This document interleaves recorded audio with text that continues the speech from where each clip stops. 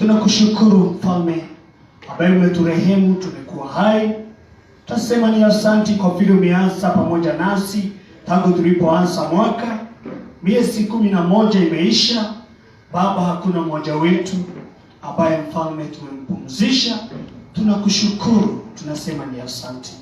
Kumekuwa na changamoto nyingi mwaka huu, lakini Baba, hakuna mmoja wetu ambaye amekuja kukiri amejuta. Tunasema ni asante. Mwezi huu Baba, huwa kuna mambo mengi, kuna kusherehekea, kuna wengine hufariki, na kuna wengine hupata matatizo hapa na pale. Lakini Baba, na kuomba ukazidi kuwa pamoja nasi ili tukamalizie mwaka salama, na tutakushukuru tukivuka mwaka mwingine. Baba Jehova, leo tunawapendwa wenzetu ambao wamekawia kwa muda bila kuwaona kwa sababu ya mambo mengi na shughuli nyingi, lakini leo Baba tunafurahia kwa kuwa umewafungulia tushiriki pamoja nao. Jehova kawabariki. Bariki kanisa lako hili Jehova. Bariki wapendwa ambao miezi hiyo yote Jehova wamekuwa wakijitolea. Hata wakati kulikuwa kumefungwa makanisa, wamekuwa wakijitolea kuja hapa Jehova, ili moto wa hekalu usikuje ukasimika. Jehova kawabariki, na pia utubariki wote. Tunayo mahitaji mengi mwezi huu Baba. Kuna wengine wanahitaji vya kusherehekea, kuna wengine wanahitaji misaada ya kila aina. Jehova, yote na ileta mbele zako, ili mmoja aliye hapa Baba ukamtimizie. Tuko na kiu ya kusikia neno lako siku ya leo na mwezi huu mpya wa kumalizia. Jehova, bariki roho zetu, takasa mawazo yetu, ili mtumishi wako anaposimama mbele zetu tupate kitu cha kujichukulia. Tubarikie mambo yaliyobakia, mbariki, umpe nguvu, mwagilie mafuta ya Roho wako Mtakatifu akashuke juu yake, ili akamwelekeze. Nasi Jehova turehemu, ili tusaidiwe na Roho wako Mtakatifu, tupate kuelewa neno lako, tupate kusikia vile utakavyo, ukitukanya, ukitufundisha, ukitunenea baraka. Jehova, tukapokee yote.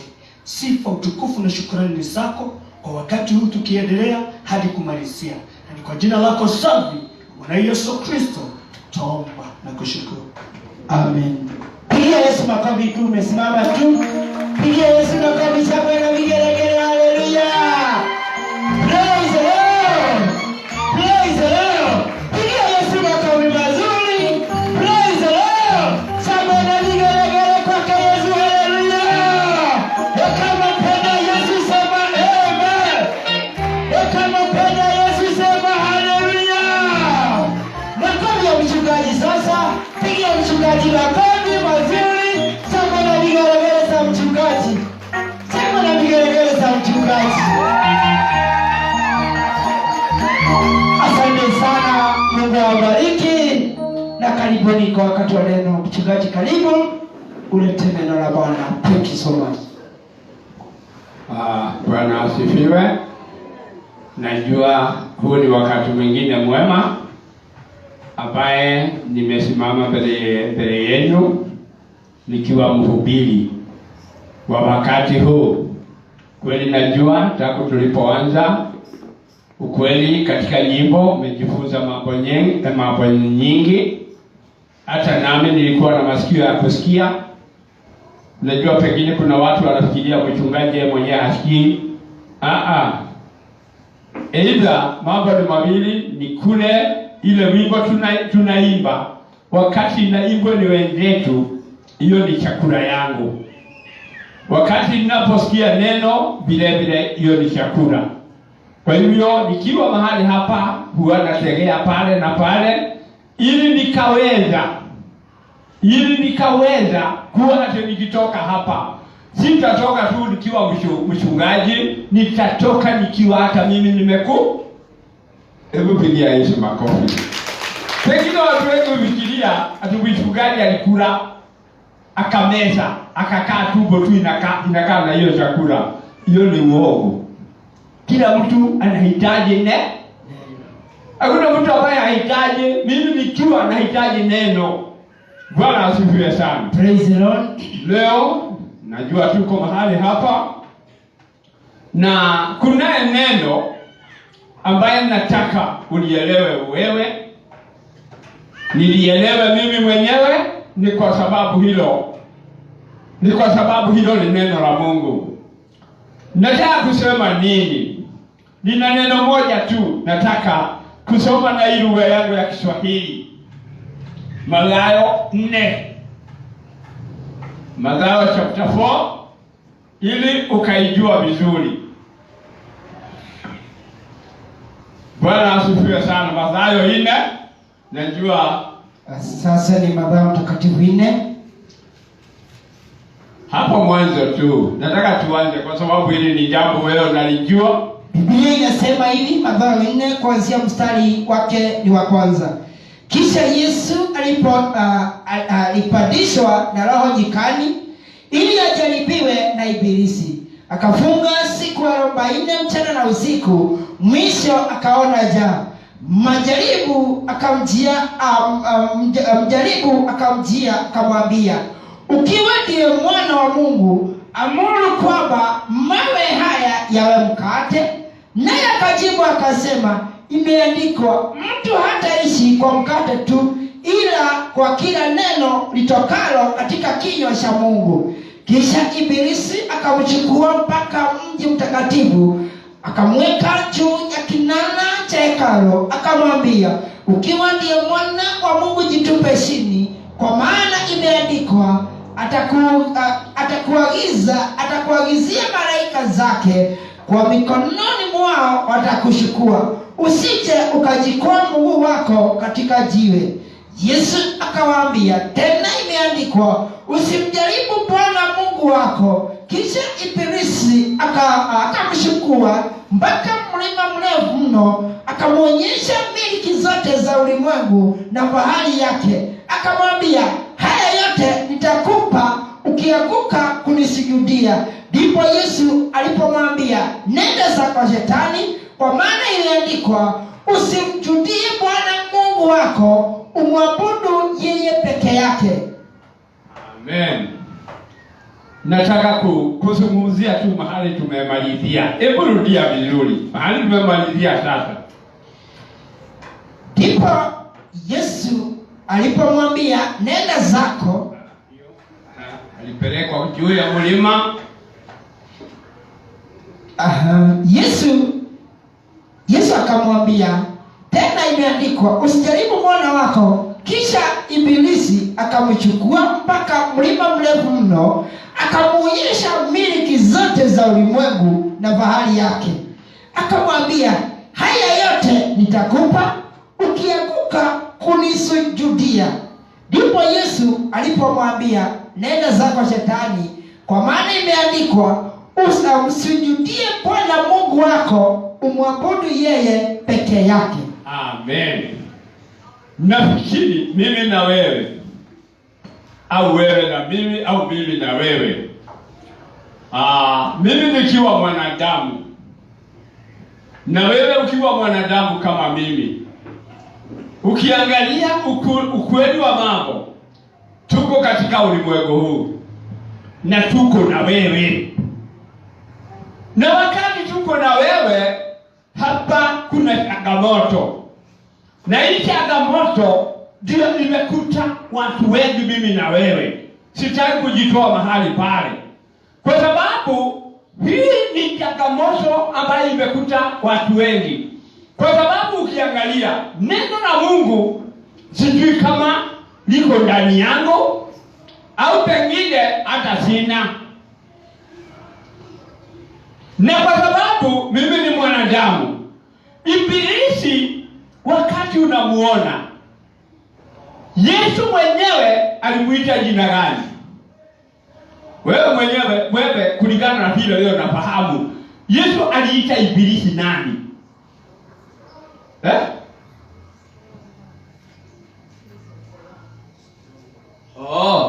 Ndugu yangu hapa ameniambia a strong man.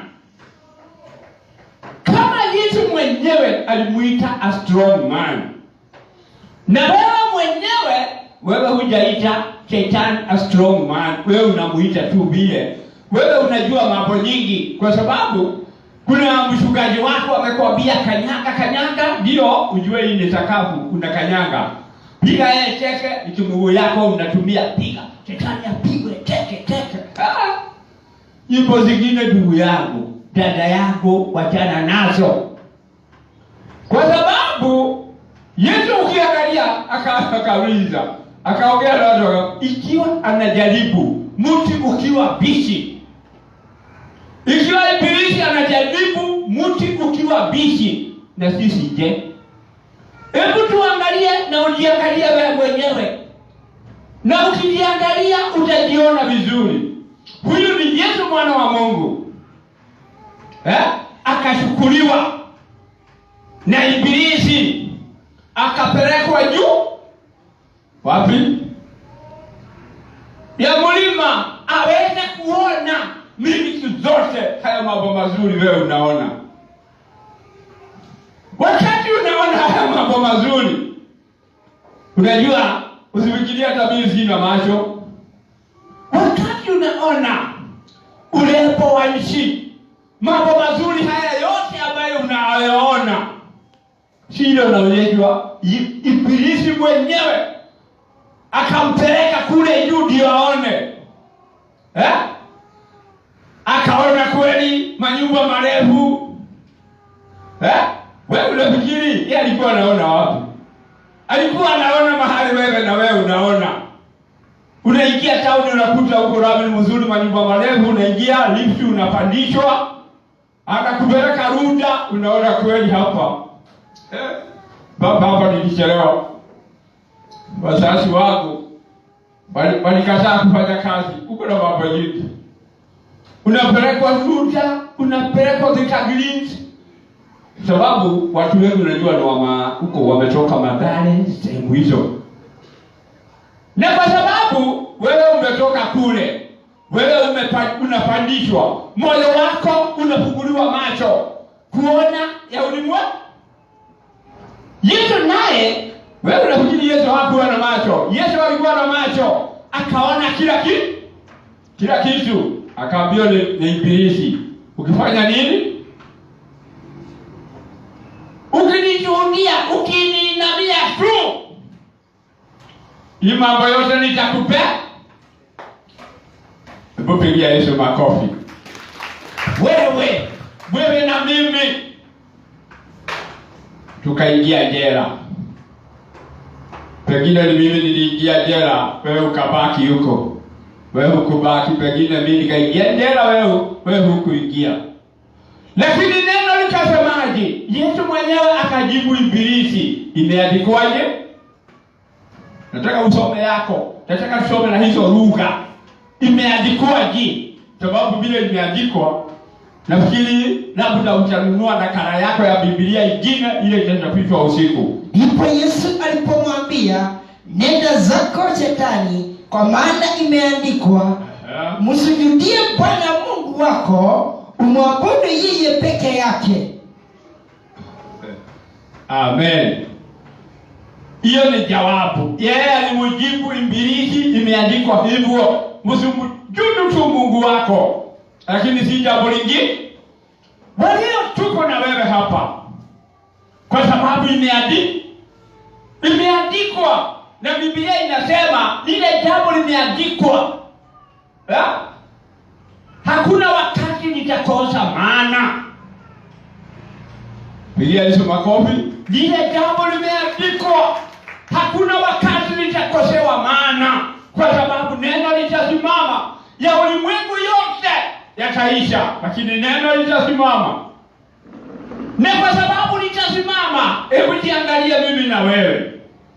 Ukiangalia, kuna vipaji, kuna wimbo tulikuwa, hata ulimwengu kila kitu mtu anaona, anakitamani.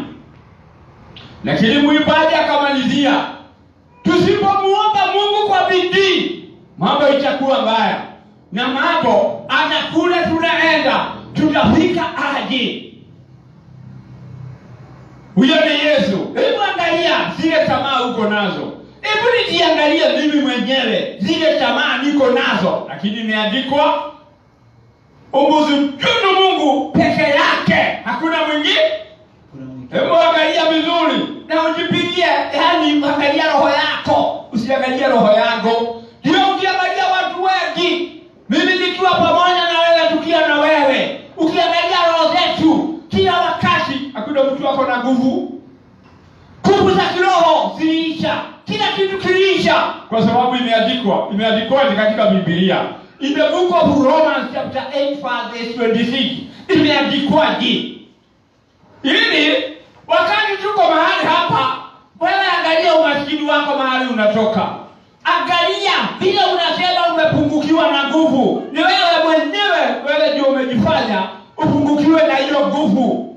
Romans 8, Warumi 8 mstari wake ni wa 26, Biblia yasema hivi: kadhalika Roho naye hutusaidia udhaifu wetu, kwa maana hatujui kuomba jinsi ipasavyo, lakini Roho mwenyewe tuombea kwa kuugua kusikoweza kutamkwa. Amen. Hebu angalia vizuri.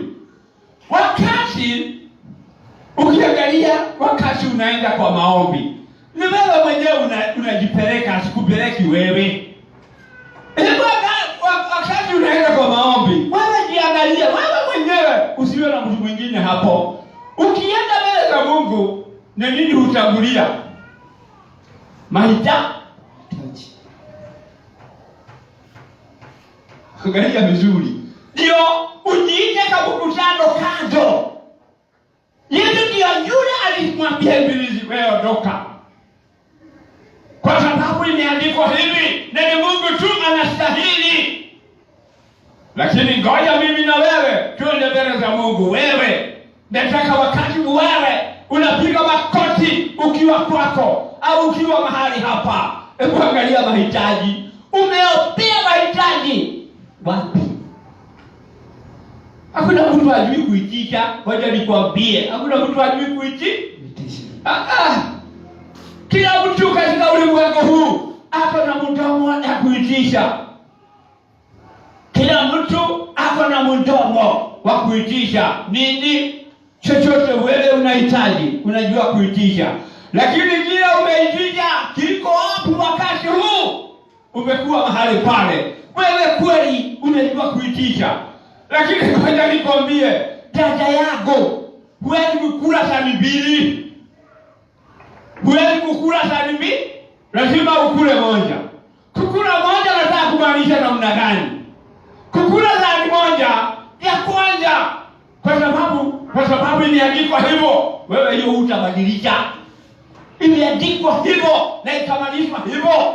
Roho naye tulipewa Roho ili awe mwangaza wa kutumulikia sisi wenyewe, awe mwangaza wa kutumulikia yeye. In the book of Exodus, nataka tuangalie, kwa sababu hili ni jambo ambaye limetia watu wengi kiwewe. Watu wengi wamechanganyikiwa, wako wapi? Watu wengi wamechanganyikiwa, tufanye nini? Matatizo ndio haya, COVID ndio hii. Hebu niangalie, kwa sababu imeandikwa Exodus 23 verse 20.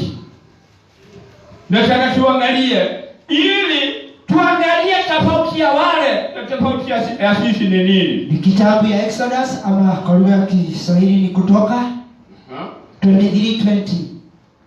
Biblia inasema hivi: tazama, mimi namtuma malaika aende mbele yako ili akulinde njiani na kukupeleka mpaka mahali pale nilipokutengenezea. Jitunzeni mbele yake, msikize sauti yake, wala msitie kisirani, maana hatawasamehe makosa yenu. Amen. Tuko mahali hapo. Wakati wa zamani, wewe ambaye umesoma hilo Biblia, wakati wa zamani, wakati hakukuwa na Roho Mtakatifu, wana wa Israeli wakitoka Misri walipewa malaika wa kuwaongoza ndio wafikishe ile nchi ya ahadi. Wakapewa amri, wao wenyewe wakapewa amri. Na ile amri walipewa, waliambiwa msikizeni. Msikatae amri zake, msimtie kisirani. Kwa maana mkimtia kisirani atawawacha. Pigia Yesu makofi. Mkimuleta, yani hapa hakuna hoja ambayo inaitwa imepeanwa ingine. Even as we speak, na ile tu Roho Mtakatifu akaja ili asimamie yule malaika, kwa sababu wakati huo alikuwa mchana, ilikuwa nini, mawingu, usiku ilikuwa kitu, ilikuwa kama inawaka moto. Lakini amri ile walipewa ndio ile amri na tunaye saa hii. Ata huyu malaika, huyu roho usimtie kisirani, usimkasirishe, usimulekee mambo yako. Kwa sababu ukimuletea mambo yako, yeye atakuacha, atakuachilia tu, ukae tu vile unafikiria wewe. Hebu angalia wakati huu. Mimi imeandikwa, mimi sijui, imeandikwa hivyo katika hiyo Biblia yako. Mimi sijui inipasavyo kuomba, lakini Roho Mtakatifu ufanya nini? Hebu rudia tena, ndio ujue vizuri. Wewe ukijitia, ukiletea huyo malaika kisirani, ukimletea changamoto, ukikumkasirisha, anakuacha tu, kwa sababu wewe ndio unatengeneza njia zako, unawachana na zile njia ambaye zimewekwa mahali pale. Warumi 8 mstari wake wa 26. Kadhalika Roho naye hutusaidia udhaifu wetu, kwa maana hatumjui kuomba jinsi ipasavyo, lakini Roho mwenyewe hutuombea kwa kuugua kusikoweza kutamkwa. Amen. Naye malaika ukimtia kisirani itakuwa namna gani? Hali tuko katika kitabu ya Kutoka 23:20 ama Exodus 23:20. Tazama, mimi namtuma malaika aende mbele yake ili akulinde njiani na kuelekea mpaka mahali pale nilipokutengenezea. Jitunzeni mbele yake, msikizeni sauti yake, wala usimtie kisirani, maana hata wasamehe makosa yenu. Amen. Angalia vizuri. Kumtia hata wasamehe. Hebu angalia wakati huu zile changamoto tuko nazo. Mimi kwa sababu ya ulimwengu huu, ukiangalia kwa maombi, mimi nataka kuombea ile mambo. Ile hii tu. Ile Yesu mwenyewe alionyeshwa. Hakuonyeshwa kitu kingine. Alionyeshwa ulimwengu huu. Akaonyeshwa kila kitu. Ni kweli, alionyeshwa kwa sababu yani alikuwa atulete ile licha ambayo tutapokea mambo mazuri. Hebu angalia mimi nikiwa mwokovu na wewe. Hebu angalia wakati uzile changamoto, kwa sababu mimi naambiwa usijue, na naambiwa sijui. Na kwa sababu sijui, nikianza kujua na mtia ile roho kisirani, akaniwacha na kuniachilia katika safari. Nikiachiliwa, ukiangalia naye roho yangu upande mwingine, tamaa sasa. Ni kwa nini mimi na wewe ukituangalia ni kama watu wanaomboleza? Tunaomboleza kwa nini? Kwa sababu ile njia tulionyeshwa, ile njia tulipewa, sisi hatutaki hivyo.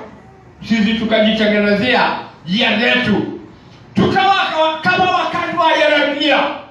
Ukiangalia wakati wa Yeremia, sijui 2:21, sitaki tusome, wao wamepeleka birika zao ambaye haziwezi kuweka Hebu angalia vizuri.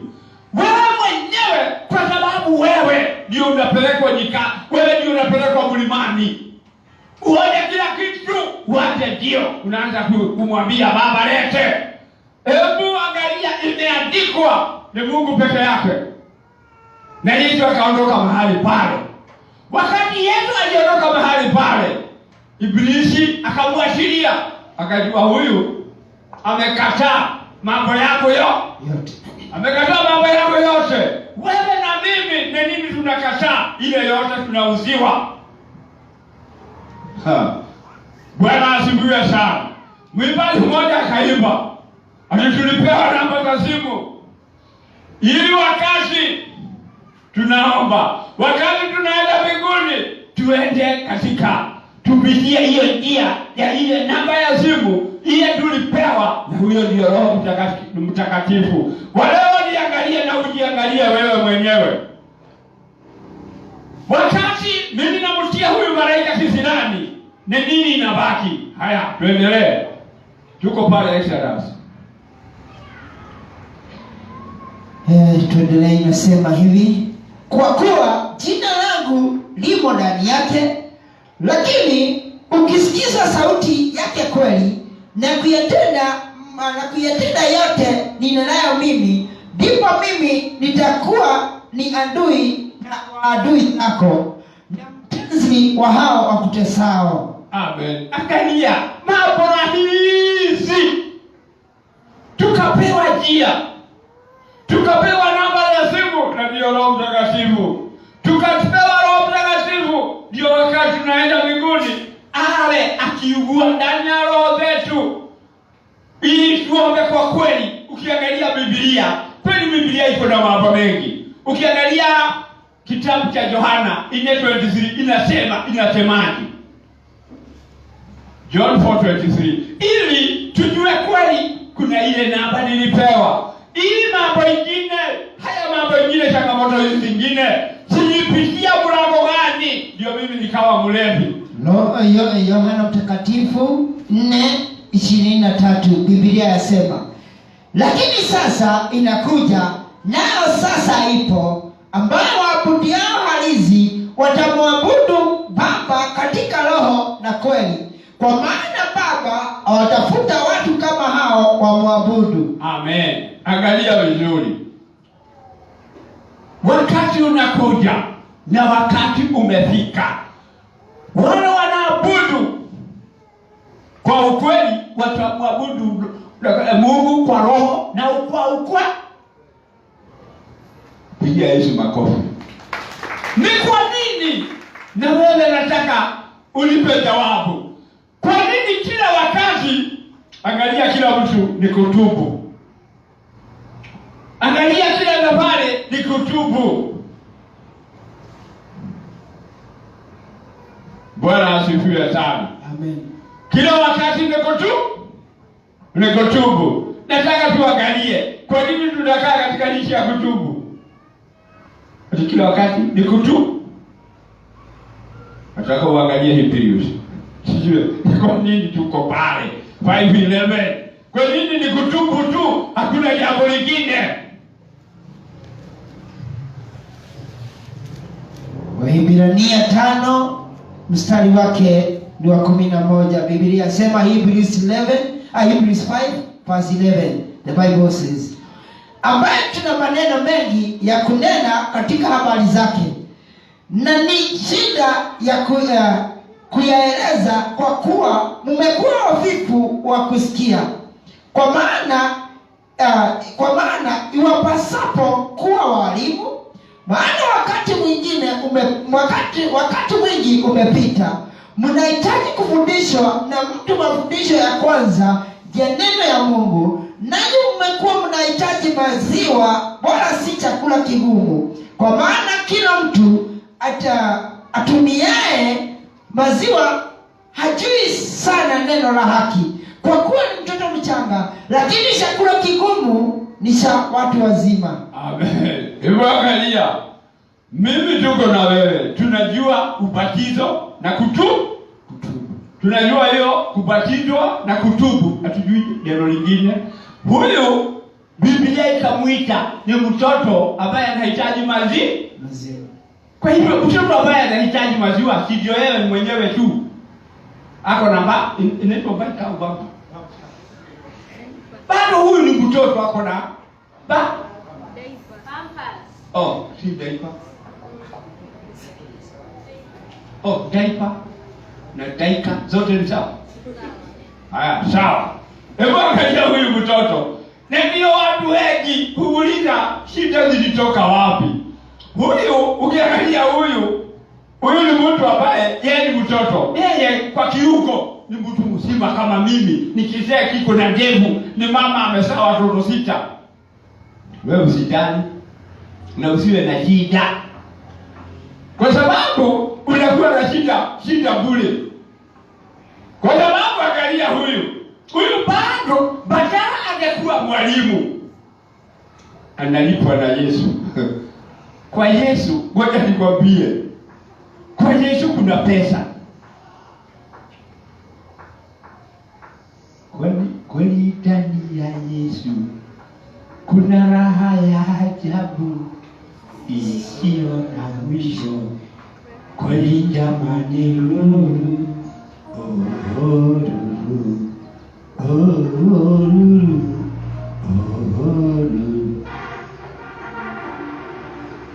niko mbinguni kweli ndani ya Yesu. Roho Mtakatifu ni kitu kizuri. Bwana asifiwe sana. Amen. Ngoja nikwambie ukweli wa mambo. Huyu mtu ambaye ni wa baika, si anakuja tu.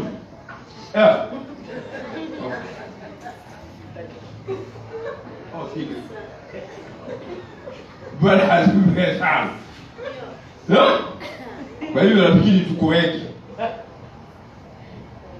Huyu mtu umwangalie.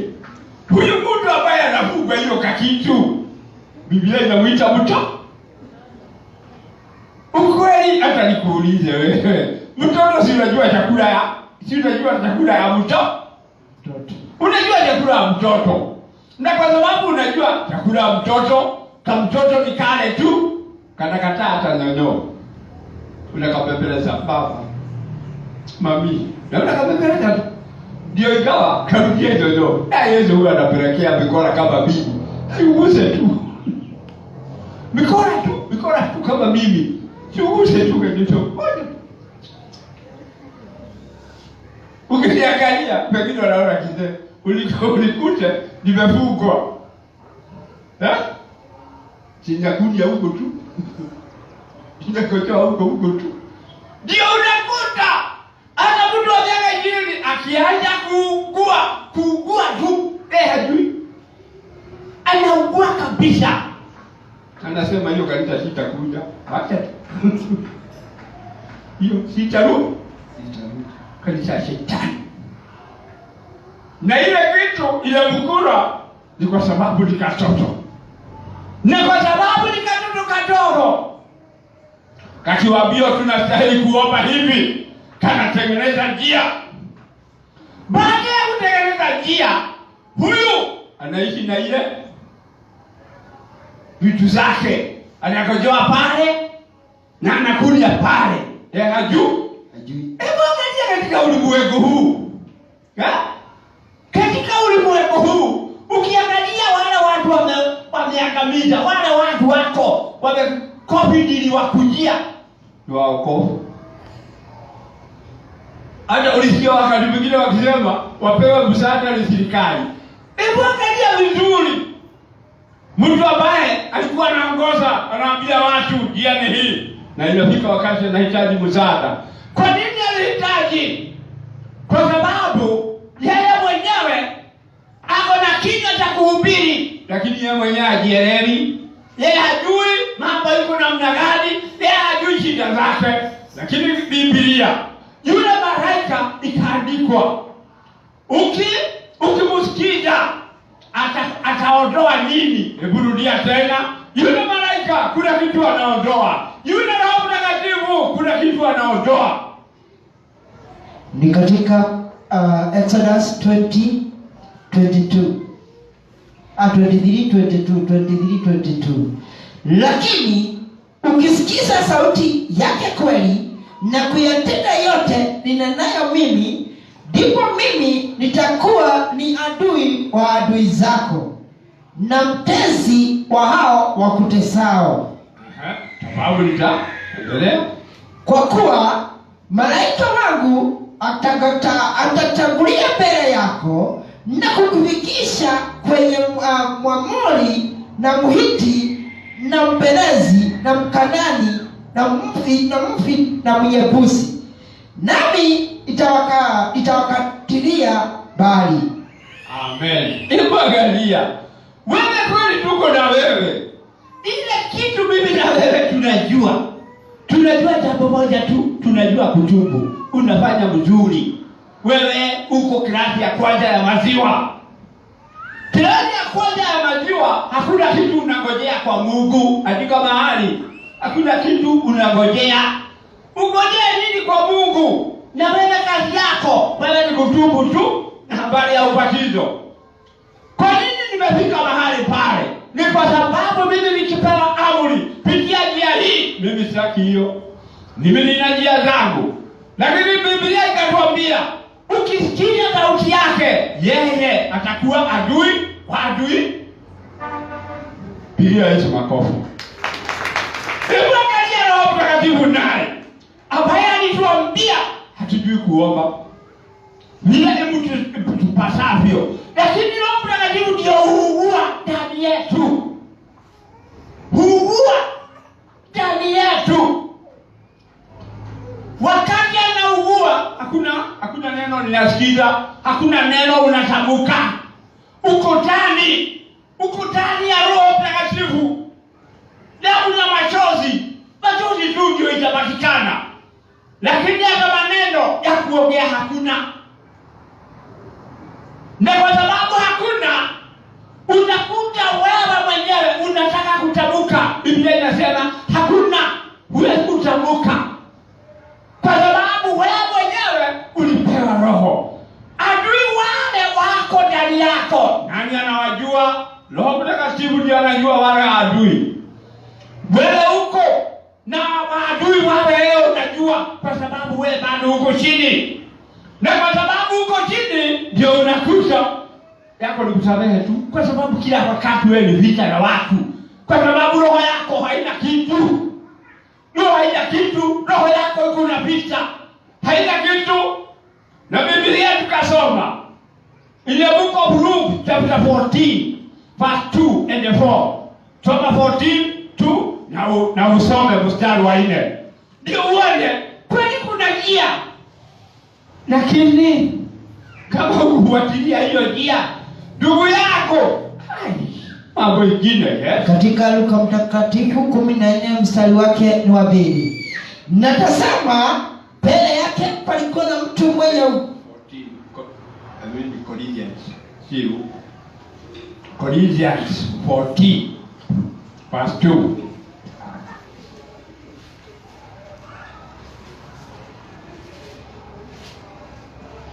First Corinthians 14 verse 2.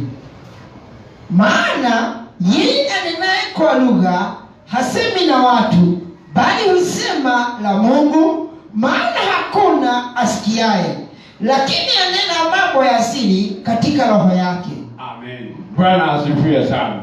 Hebu angalia vizuri. Na ndio unakuta watu wengi wanakaa katika hii safari. Unakuta mtu afai roho. Chunga vizuri ndio ujue unaelekea wapi. Kwa sababu ndio zamani hata watoto wadogo walikuwa wanapewa Roho Mtakatifu, kwa sababu walikuwa watoto walikuwa wanapewa hata wao. Waleo unaweza kukaa kwa sababu bado roho yako ni ngumu. Bado roho yako kuna mambo mengi ya Mungu inapiga. Wewe kaa tu. Lakini kwa Mungu, Biblia ukiangalia inasema ukiwa huna roho, wewe si wa Mungu. Wewe ni wa kanisa, lakini wewe si wa Mungu. Utabautije kuna watu wa Mungu. Yule amepewa roho, huyo ni wa Mungu. Yule ambaye hajapewa ni wa ushirika wa kanisa. Andika mahali ndio usije ukajiingiza kama wale watu nitamalizia na wao. Sababu hata hawa wameandikwa kama ujui ujue imeandikwa. Ukiangalia hawa, yule anenaye kwa lugha, pigia Yesu makofi. Unajua unaweza kaa wewe mwenyewe katika ile wewe unaona kama unajua, hujui, mimi sijui. Anenaye kwa lugha ananena na Mungu. Na Roho wa Mungu ndio ananena ile mambo ile iko ndani. Ile makabila makubwa. Makabila makubwa ndani ya roho yangu. Mimi sina makabila ya Kenya. Makabila yale makubwa ndani yako ni wizi. Ni hasira, ni matengano, ni chuki, ni fitina. Hawa ndio makabila yale makubwa. Mimi sina hiyo ingine ni yako. Pigia Yesu makofi. Hiyo ndio ile makabila kubwa ndani ya moyo wako. Naye ananena mambo ya siri ya hiyo makabila yako ambayo iko ndani ya roho yako. Kazi ya Roho ni kuwafichua na kuwatoa. Kwa sababu gani? Roho anafanana na moto. Ukisoma Acts 2, sitaki usome. Roho, wakati Roho alishuka wakati ule, alishuka akiwa moto. Kwa hivyo, nataka uangalie wewe ambaye umeishi katika ile ni kutubu tu. Wewe unajua hiyo. Kutubu ni class 1. Na ndio wengi ukiangalia mtu akuletea ndoto, anakuletea ndoto, nilikuwa shule, nilikuwa kazini, nilikuwa nije kauniform kadogo, kakatoto. Wewe unaona kama kuna kitu unaniambia. Mimi sio saidina kuangalia na shiko kama tuwakuaga na wewe. Au wewe umekuja. Nilikuwa nije kauniform kangu, nikiwa katoto, nilikuwa na bebo ni nini? Ile mambo dada yangu ilisha na ikapitwa na wakati. Kwa sababu gani? Huyu ni mtoto alizaliwa juzi. Mtoto hata naye hukua na anawaza kujikunia huko nyuma, anajua kuna choo. Anawaza kujikojolea kwa sababu yeye anajua ulimtuna wewe mwenyewe. Hapana, hapa si mahali ya kojoa pale. Na wewe kweli unajua kurudisha mtoto, lakini wapi? Wewe urudishwe, huna mtu, wewe ni wewe. Kwa sababu wewe hujajua shida zako. Roho Mtakatifu anakuombea kwa kuugua. Kwa sababu anaona yale makabila wako na uwezo. Naye kwa sababu Roho ni moto, anachoma yale makabila. Najua sasa mmenielewa. Si makabila ya Kenya, yale makabila ya hasira, chuki, matengano, wizi, hata wengine hata kuua mwingine tu. Nako tu, hapo kwa kanisa. Sawa. Hali makabila yako. Ndio ukiangalia mtu, yeye akiomba kidogo, anataka kurudi kwa lugha yake. Unasikia tukufu mtu ambaye tuko naye hapa miaka mingi. Unasikia sijui wewe nikukosa, umekosa njia. Kuna ile ya mwanzo, tutajiangalia hiyo ya kwanza. Na huyu mwingine ako na lugha, amepewa ni mbinguni, ile inaondoa wale makabila. Ikija ndio hatujui itupasavyo. Sababu ukijua wewe unatubu makosa gani, hata wewe uangalie ile. Si unatubu? Biblia unatubu kutekana, fulani nilichagua, fulani akaniita sawa, wengine akaita mara, ati udalia, si ukuwe, baada ujile ujile. Fulani alinikasirika sana, mzee hakulala kwa bomba, ulikuwa anataka alale kwa mabati. Yaani unakuta jambo la kwanza, mafundisho ya kwanza, tunatoka pale, tuko pale tukikulalia pale. Kwa sababu wakati badala ya Roho ya Mungu afanye kazi, ndio tutamwonyesha pitia hii. Pitia hapa, pitia kule. Nani? Roho wa Mungu hakuna wakati utamshukisha. Pitia hapa. Hiyo si kazi yake. Yeye anajua, yeye. Tunaimba wimbo, huyo Roho anajua kubariki. Anajua kuinua na anajua kufagia, kuondoa. Takataka anajua kuondoa. Lakini sasa mimi sijui nitaitwa ushirika gani, kwa sababu ushirika wangu nikiangalia mbele ya Mwenyezi Mungu ushirika hakuna.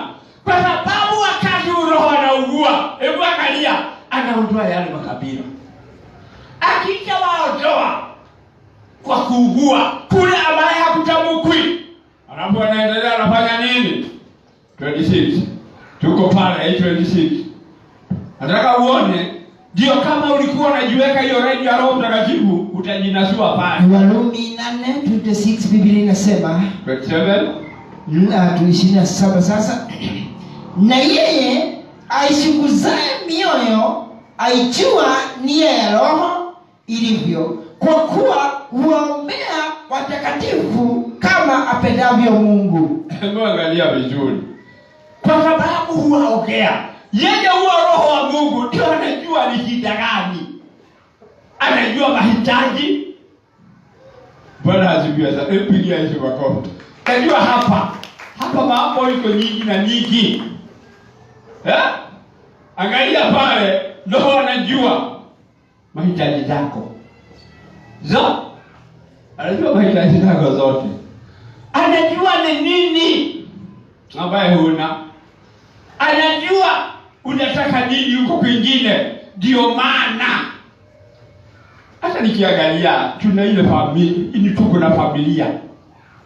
Ukiniangalia sasa nikiwa mzee wa boma, wewe unafikiri mtoto wangu anakuja kupiga kelele, baba unikumbuka uliyekuwa unilipia siku hii, unilipia nyumba, unipe chakula, unipe hii, daga kitu kama hiyo. Mimi ninajua kwa sababu niko na familia, mahitaji ya familia. Ninajua mahitaji ya familia. Na kwa sababu ninajua mahitaji ya familia, angalia vizuri. Niko pale. Ninajua wakati huu wa sherehe. Ninajua watu wanataka Christmas. Utakuja kwangu dada, ukute ati siku hiyo ndio nimeweka githeri kwa Mungu. Hapana. Wewe hata mimi si niangalia, kwani wewe uonaje kama nimechanuka? Siku hiyo tunaweka githeri au niweke mianga? Hapana. Mimi najua, si unaona nimewezeshwa kutofautisha. Wakati wa Christmas kuko na hiki. Kuna vile vitu zinahitajika za wakati wa Christmas. Na ukweli wa mambo, hiyo huwa hata nimenunua mapema. Ndio sasa mtoto asiwe akiduliza, ndio hakuna ile. Unajua usi wakati wa zamani ambapo tulikuwa nakula chapo Disemba. Hata sisi hatukuwa tunapata chapo Disemba kwa sababu hata hakukua. Hata ndugu yangu anajua. Hakukua. Kwa sababu wakati wa zamani ile sisi tulikuwa naenda kuipa nyumba za wale wako na pesa. Tunasimama pale ndio tupewe pesa ya Krisma. Hiyo labda Krisma na watu hao wengine naona. Tulikuwa tunaenda nyumba, tunaipa tukiwa vijana wa kijiji ndio tuone Krisma. Ukikataa kututolea hata wewe utajua. Kwa sababu tulikuwa najua ni akina nani wamepika chapo. Sasa kwetu ipatikane na nijenga. Jenga ndio ilikuwa chakula yetu. Kwa hiyo ndugu yangu tulikuwa na jenga, ilikuwa furaha tele. Tukinywa sukari ilikuwa furaha tele. Kwa hivyo na waleo Christmas Mungu ametusaidia tunanunua mapema. Si tunaambiwa tununua hii. Hata wewe mwenyewe unajua. Sasa tunarudi kwa Roho wa Mungu. Roho wa Mungu ndio tunaimba, yeye anajua kubariki. Na kwa sababu anajua kubariki wale ambao wameandamana na yeye, na wale ambao hawakuandamana na yeye wako wapi? Yeye huyo Roho yule anasaidia, anatuombea kwa kuugua, anajua Roho zetu, na anajua ni nini kinahitajika na kila mmoja wetu. Na kwa sababu anajua, yeye mwenyewe anajua kubariki. Kwa sababu yeye anajua. Kwa leo nikuulize, Roho wa Mungu anajua pesa? Anajua? Sitaki kuongea. Ukiangalia hiyo hajui. Lakini wakati unaugua, turudi 14:4 Corinthians, ndio ujue anajua. Ni nini tumekosa? Ni nini tumekosa? Yeye anajua. Yes. First Corinthians 14 mstari wake 4. Yeye anenaye kwa lugha hujijenga nafsi yake, bali rudia tena. Yeye anenaye kwa lugha hujijenga nafsi yake. Amen. Hebu angalia. Wewe ambaye hujui, jua sasa. Wakati wewe huja kunywa mvinyo. Sababu sisi watu wengi, pengine mimi nikiwa wa kwanza, tunakaa tukiwa walevi. Na mlevi, hata ukiangalia mlevi saa hii, uone mtu anasonga hivi, mchana, hata wewe mwenyewe unajua huyu ameisha tu. Wewe mwenyewe ndio unaona ameisha. Mimi nikiwa mlevi, ulimwengu, nimelewa na ulimwengu, lakini sijui ya kwamba wakati naongea kwa lugha najitia nguvu ndani ya roho ya Bwana. Asifiwe sana. Hebu angalia, mimi nikiwa na nguvu, ukweli wa mambo nitaweza, ninajua kwenda. Nikiwa na nguvu, nina uhakika na neno la Mungu. Kwa nini nina uhakika? Kuna wakati tulikuwa naimba ile wimbo Stand up for Jesus. Kuna jambo mingi nilijifunza kwa wimbo. Kwa sababu sijui number 3, sijui kama yuko na hiyo wimbo. Ilikuwa 57. Kuna kitu nataka pengine wewe ulipata, mimi nikakosa, wewe ukapata. Inaendana tu hivyo. Hata wakati mwalimu anafundisha mambo ni mengi. Nataka sijui number 3.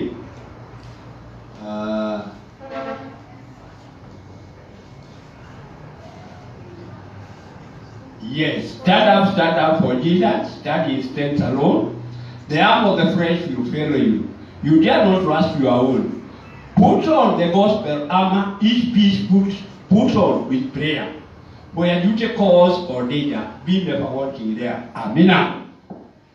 Hiyo nafikiri dada yako, mimi nilipata kitu kimoja. Na ile jambo nilipata. Na ile ambayo nataka kushuhudia wakati wake. Wakati kama huu. Wakati mimi nimeshika neno. Wakati nimeambiwa mimi sijui. Lazima mimi nimwambie Mungu ukweli wa mambo sijui. Kwa sababu wewe unafikiri, ngoja nikuulize, wewe unaona kama sijui? Mimi najua mahitaji yako. Kwanza ni mingi. Mahitaji yako ni mingi. Lakini ujue hiyo mahitaji imeshukuliwa upande ule mwingine na Roho Mtakatifu. Imechukuliwa yote ile wewe ambaye hujui. Na ndio hata ukigojeka, ukiangalia watu wengi wakigojeka, wale hawajui. Wewe unaenda hewani kutafuta mahali ulikosana na nani, na mtoto na mzee, kasini. Wewe unaweka kazi kubwa sana. Wewe unaenda kuzunguka badala ya wewe.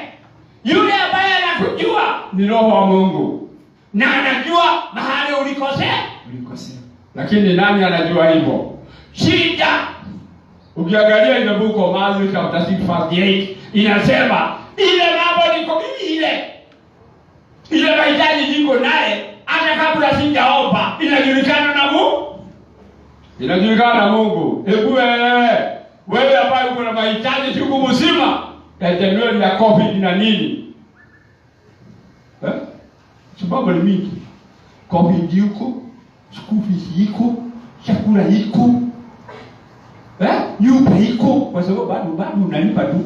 Si hata unjui kuomba. Wewe unaishi kwa nyumba ya mwenyewe. Na unatoa pumuzi tu. Ukiwa nyumba ya wenyewe, kwa wengine. Mimi sikukumbuka. nilikuwa nasikia gasi inakuja, nilikuwa naifikiria. Kwa nini nilikuwa nafikiria hiyo gasi? Nyumba ya mwenyewe asidio nasema. Wewe hata saa hii ukiwa nyumba ya mwenyewe unapasua tu. Na usikia hiyo. Nyumba huko nyumba ya mwenyewe. Ya mwenyewe. Badala wewe uingie katika meli ya roho. Kama ungeingia katika meli ya roho, ukweli wa mambo, wakati unakuwa na nguvu. Na hapa mwenyewe sitaki mnisamehe. Msinisamehe. Wakati mtoto wako anakuwa na nguvu, wewe wakati huo ndio unamfichulia mambo ya. Kwa nini unamfichulia mambo yako? Sasa niko na Sara. Sara hajui mimi. Sara anajua majina peke yake. Hako na majina, anajua baba. Tati. Kaya fuziki ndio kaya fuziki au fuziki. Huyo anajua hivyo. Lakini ile kitu kingine niko naye, hajui.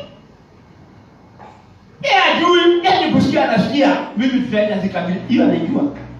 Tajui wewe usema. Kwa hivyo nataka kusemaje? Na usinisamehe, hiyo ni akili tu. Sababu utanisamehe utanisamehe bure. Na hata wewe afadhali ujisamehe wewe mwenyewe badala ya kumsamehe. Wakati wewe utakuwa mzima, wakati wewe utaweka roho yako nguvu, kwa sababu unajua secret za Mungu. Huyo roho wa kweli, huyo roho wa Mungu, yule anatafuta wale wamuombao, wale wanastahili kumuomba. Anajua unachohitaji. Pigia Yesu makofi. Anajua yeye mwenyewe. Angalia vizuri. Kwa nini anajua? Sasa niko na ndugu yako hapa. Ukiuliza ndugu yangu, yeye anajua kuna hiki na kile. Kuna hiki na kile. Uliza yule, hajui. Uliza huyu hajui. Hajui niko na kitu pale na pale na pale. Ndio hatuogiani na watoto. Kwa sababu watoto wanataka KFC. KFC ni sawa hiyo. Watoto wanahitaji, watoto mimi nawapatia ile kitu wanataka. KFC ndio ninunue kayoga, hiyo sawa. Hata saa hii nitakunulia tu, inajua unataka. Lakini hiyo mambo ya ndani, hiyo mambo mengine, ile iko na baba, ni yule mtu mzima kama huyu. Huyu mwingine hajui. Nataka kubadilisha labda gani? Kwa nini Mungu hakutafuti wewe uwe wa kumuomba ili akulipe wewe? Kwa nini huyu Mungu? Kwa sababu ni Mungu amesema anawatafuta. Huyu roho Mungu ndio watafuta. Wale wanastahili kumwabudu, kumuomba. Hawafanye nini? Wale wanamuomba kwa haki na kweli, ili wafanye nini? Awainue. Siku moja, kwa sababu hakuna mtu ambaye hana siku zake. Siku moja mimi nikiwa mchanga kiroho, si nikiwa mzee. Mimi Mungu alinisaidia nikaokoka nikiwa mzee. Na nashukuru Mungu kwa sababu niliokoka nikiwa mzee. Wakati mmoja tukaenda tukaomba siku 6. Wakati tuliomba siku 6, mimi mwenyewe Mungu akanitokezea. Wakati ule ndio kulikuwa na ile wimbo imetoka. Alinipea namba za simu na ndiyo Roho Mtakatifu.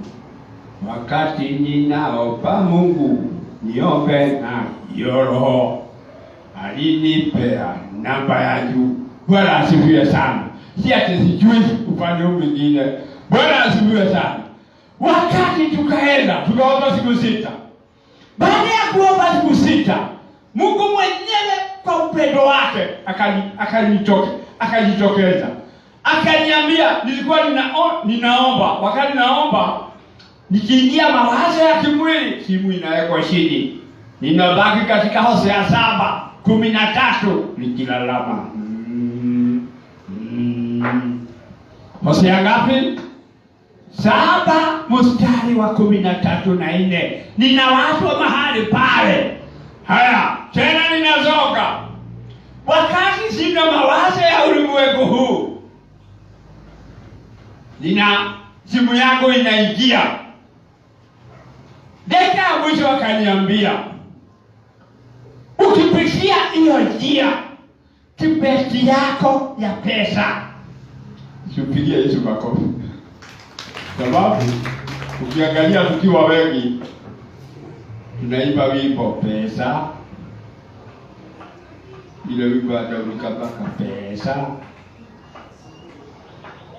korona imeiba pesa zako. Wewe utaniambia zako ni gani ziliibiwa? Hivyo ndio tulikuwa naiba. Wakati niliambiwa hivyo, kwa sababu sikuwa najua mawazo. Unajua mawazo yangu ni mlevi. Mimi nilikuwa naenda na kimwili. Wimbo ikasema, wengi wanaomba maombi yao lakini haifiki, kwa sababu wanaomba ya kimwili. Wengi wanaomba. Hata unaweza kuja hapa ujifundike kama mimi siku 6. Nakwambia utatoka bure, kwa sababu bado utakuwa mlevi. Katika ulimwengu huu. Lakini ukipitia njia ya Mungu, hakuna kitu Mungu hajui. Ngoja nikwambie, hakuna kitu hajui. Lakini sasa changamoto, ni nani huyu ambaye atapewa hii mali ya Mungu? Ni nani ako na uhakika na Mungu? Ati Mungu ameniahidia hii. Angalia ukweli wa mambo, tumeahidiwa mambo mengi. Na wewe uangalie ni nini ambaye hujaahidiwa kwa hiyo Biblia. Baada ya kuahidiwa, wewe unaenda pale ukiwa mlevi. Mungu umekuahidi. Wewe ukweli kijana anataka kuoa, yeye mwenyewe alikuja kwa baba, nataka kuoa. Mimi ninajua, hata akija ninajua kweli.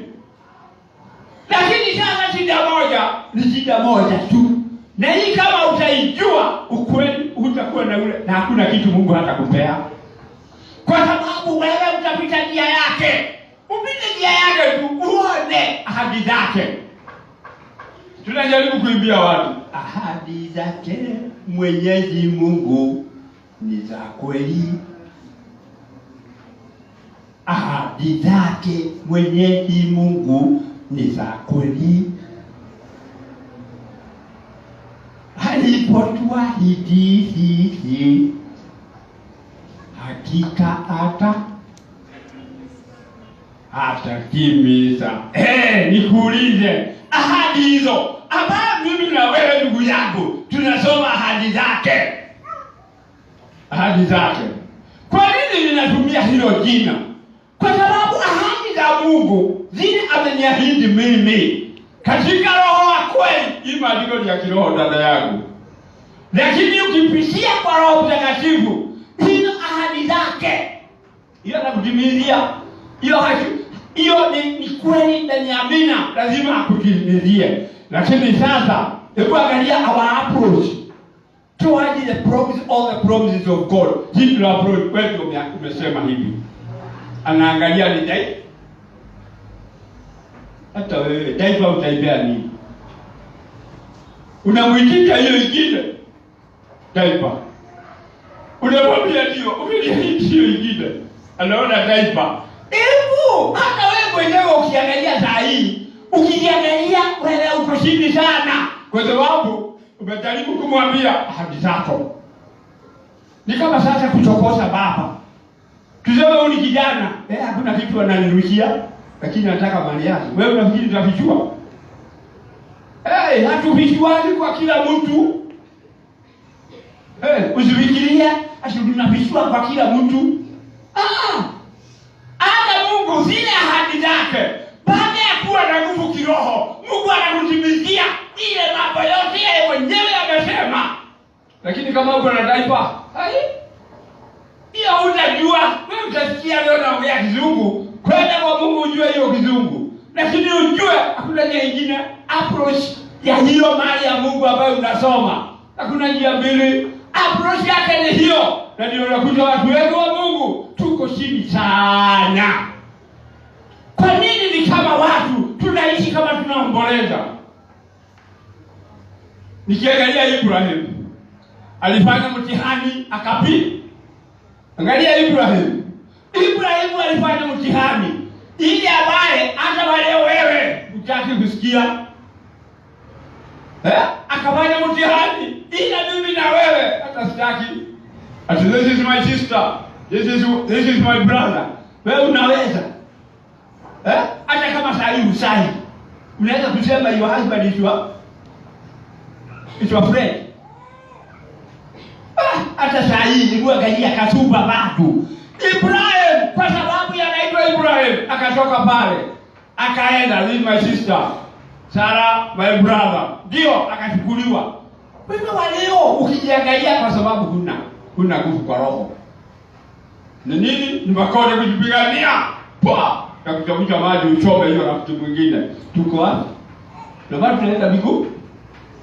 Si mbinguni, bado tunaenda saruni. Sisi hakuna si mbinguni. Utaenda mbinguni wakati Mungu ataanza kukuta miujiza. Hebu sema miujiza. Miujiza si ati unaijiza.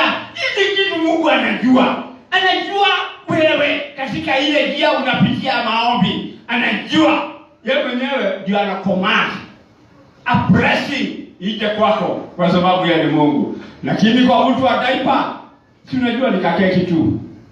Dadi ninunue kakwili keki. Si tuseme ninunue kakwili keki.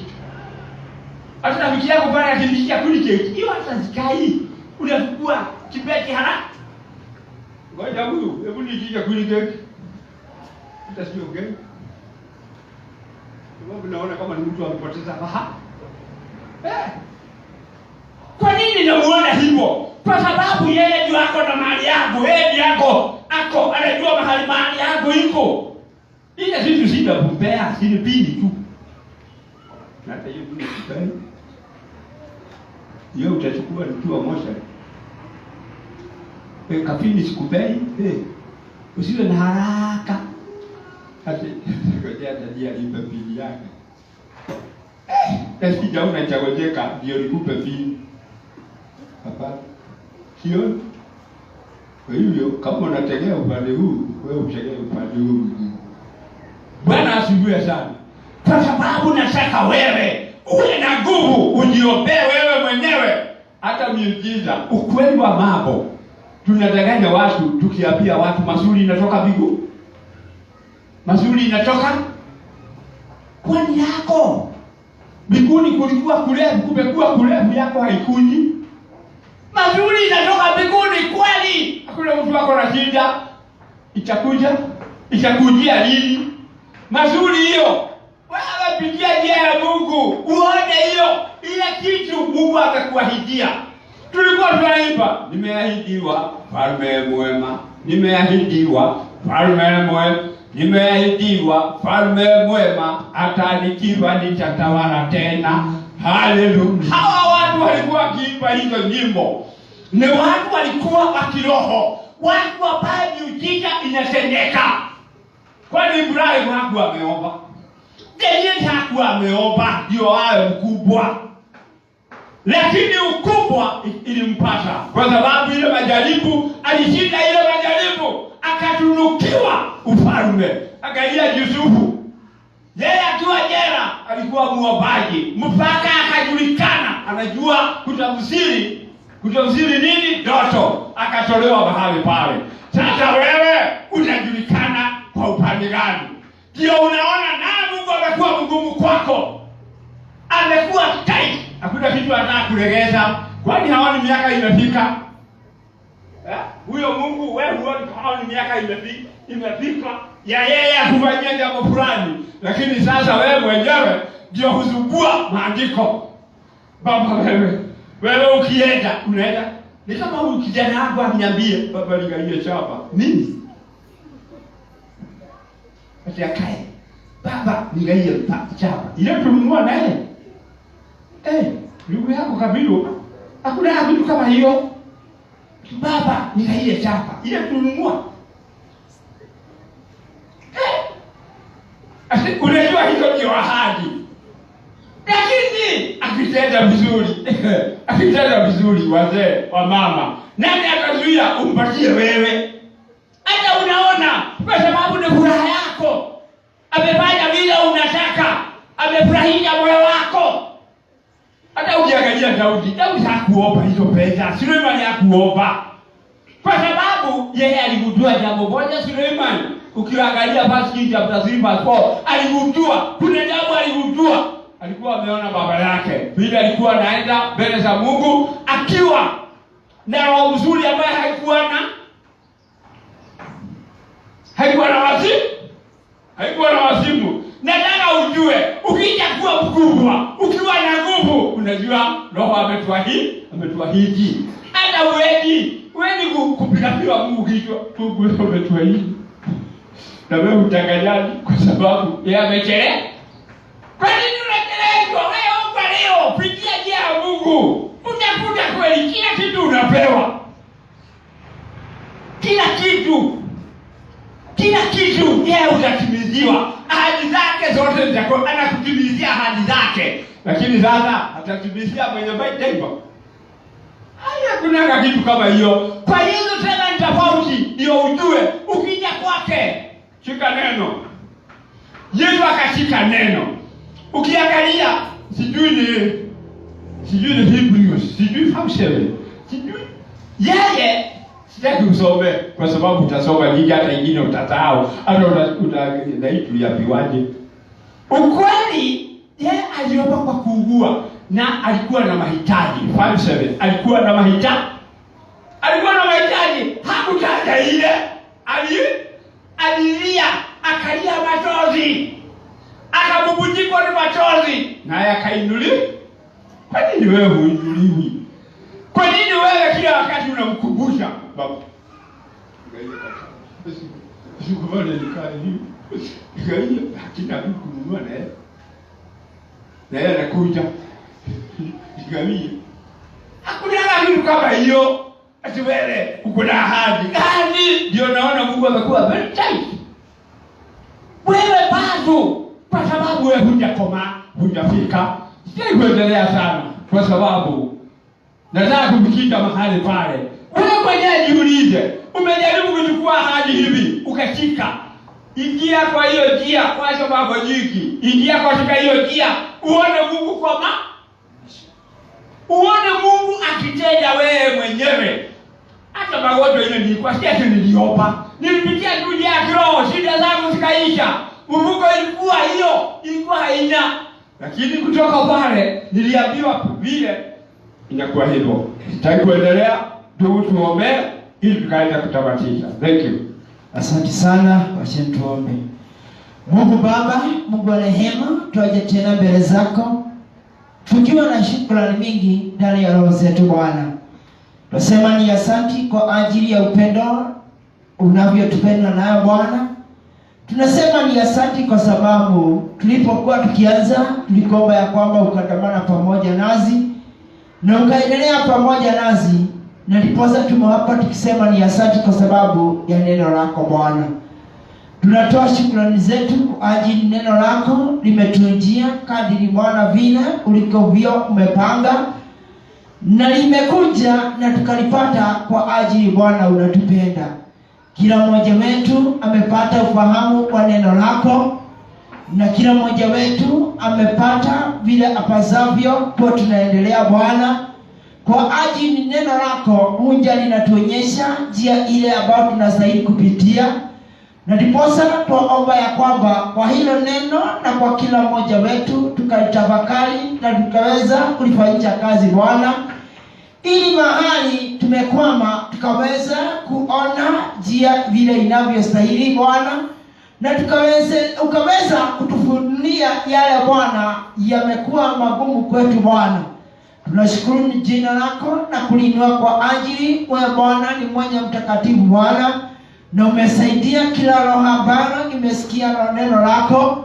Tuomba ya kwamba mahali hilo neno limepata nafasi ndani ya roho zetu Bwana likaishi na likafanya kazi ile ipasavyo Bwana.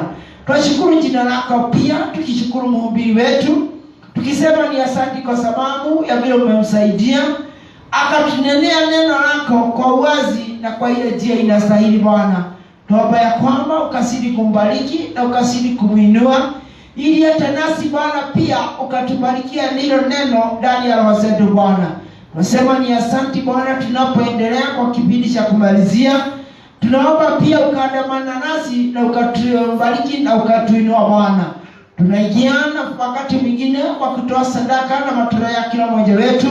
Tuomba ya kwamba ukatubarikie kila mmoja wetu atakayonyosha mkono wake kutoa Bwana, ili Bwana hata kwa yule hana siku ya leo ukamsaidia, ili na wakati mwingine akapata. Bwana, tunasema ni asante pia, tukijua kwamba utatuinua na utatubariki kwa pamoja. Bwana, tunapoenda kumalizia Bwana, tubariki na utuinue kwa pamoja, ili hata wakati wa kutoka ukawa pamoja nasi. Tunasema ni asante na tuinue jina lako, na ni katika jina lako na Bwana Yesu Kristo na Roho Mtakatifu tuomba na kuamini. Amina.